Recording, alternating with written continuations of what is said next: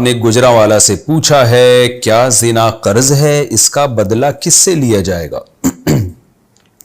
حضرت حسین ابن علی رضی اللہ عنہ کا یہ قول سوشل میڈیا پہ لوگ شیئر کر رہے ہیں کہ زنا ایک قرض ہے، جس نے کیا اس کے گھر والوں سے ادا کیا جائے گا۔ کیا یہ بات شرعی لحاظ سے درست ہے؟ سوشل میڈیا پہ پتہ نہیں کیا کیا چیزیں لوگ اہل اللہ کی طرف اور اہل بیت کی طرف اور صحابہ کی طرف منسوب کر کے نقل کر دیتے ہیں۔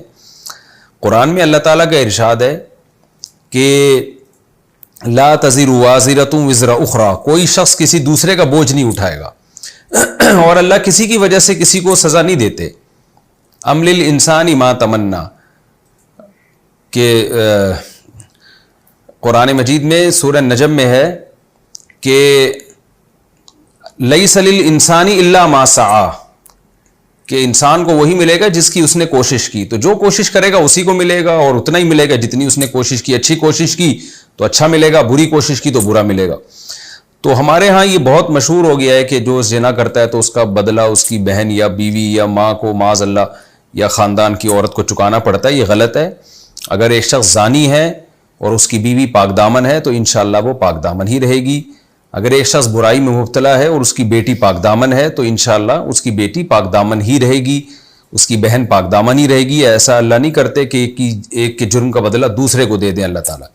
البتہ یہ بات اپنی جگہ درست ہے کہ جب گھر میں مرد پاک دامن نہیں ہوتا تو اس کے برائی کی نحوست اور بے برکتی دوسرے پہ پڑتی ہے۔ اس طور پہ پڑتی ہے کہ جب باپ فار ایگزامپل زنا کرتا ہے تو بچوں کے دل میں نا زنا کی برائی کم ہو جائے گی، وہ سوچیں گے یار ہمارا باپ یہ کام کرتا تھا، تو بیٹے بھی ہو سکتا ہے یہ سوچ کے اس زنا کی طرف جائیں، بیٹیوں کے دل سے بھی برائی کم ہو جائے، کیونکہ جب وہ دیکھیں گے کہ یہ ایک خاندان کا سربراہ غلط کر رہا ہے تو اس سے غلط چیز کا غلط ہونے کا کانسیپٹ دماغ سے نکل جاتا ہے۔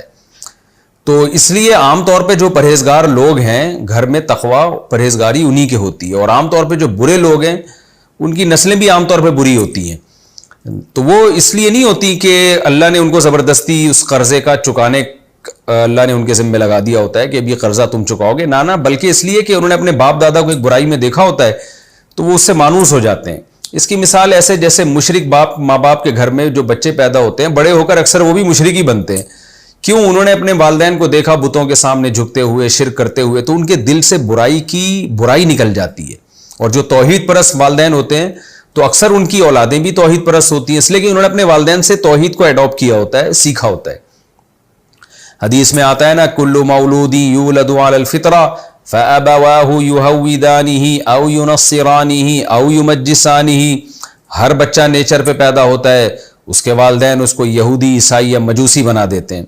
کیا مطلب؟ والدین یا ماحول ان کو خراب کر دیتا ہے۔